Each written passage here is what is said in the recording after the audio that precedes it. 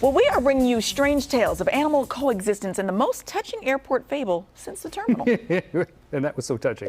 John is standing by with a 10 a.m. edition of News of the Weird. Based on that intro, it's occurring to me that one of the stories I have chosen for Choose the News tomorrow is already in here. So back to the drawing board. All right, guys, there is no reason to bother with a hotel when you can just book an extended stay at the airport, right?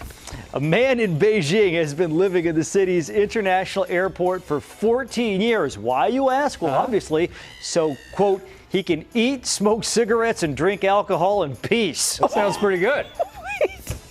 After losing his job in his early 40s, he became so depressed that he turned to smoking and alcohol, as we all do. His family told him he needed to quit if he wanted to live with them. And so he thought, why would I want to live with you? Wow. And he decided to move into the airport instead, because if there's one place that's associated with good feelings and a stress-free existence, it's the airport. It's the airport. Oh, I mean, I guess if you have nowhere to be, right? Yeah. This is partly possible, though, made partly possible because of the $150 a month allowance he gets from the Chinese government.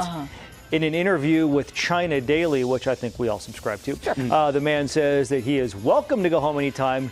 He just doesn't want to. So the airport is cool with this? Like, park right here? Didn't I see you here last week? The week before?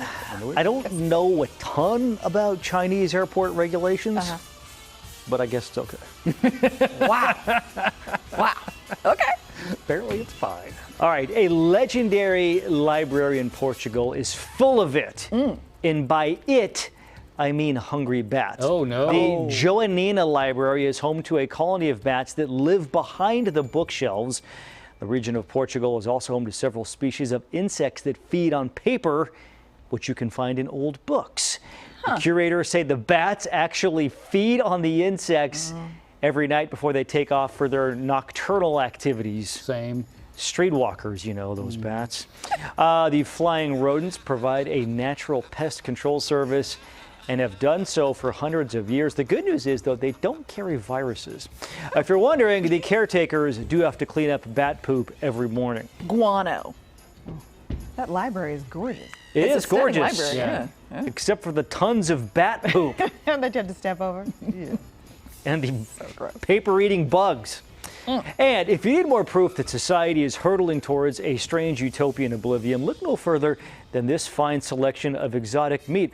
I'll also take this one out of Choose the News for tomorrow. A food technology startup called Primeval Foods has submitted lab-grown meats for regulatory testing in the UK, and they're hoping to get them into restaurants and stores. Some of the mouth-watering options. Court, you may be interested. How about giraffe ham? That's awful. Lion burger. Cultivated elephant oil. Okay, too far. Unlike the uncultivated kind that peasants use. Also, tiger nuggets and zebra sushi. The owners of Primeval Foods hope the exotic selections will increase awareness and get people used to the idea of lab-grown meat. Now, here's maybe perhaps the brilliance behind this. Almost nobody has eaten any of those meats, so we don't know whether their product tastes like it or not. Supposed to taste like that? Everything tastes like chicken. It'd be like with the zebra, like we asked a lion, and they said this tastes exactly like Wow. That is uncanny. Wow. Now, I dare you to stick your head in my mouth. Well, guys, I'm going to go struggle to find more stories for Choose the News tomorrow.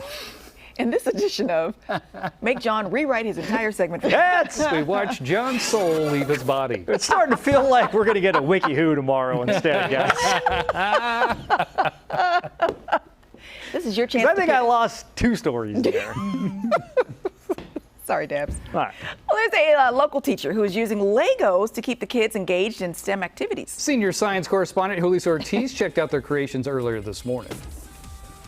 Hanging out this morning, Mills Middle School here in Rancho Cordova, and I want to show you this amazing portrait here.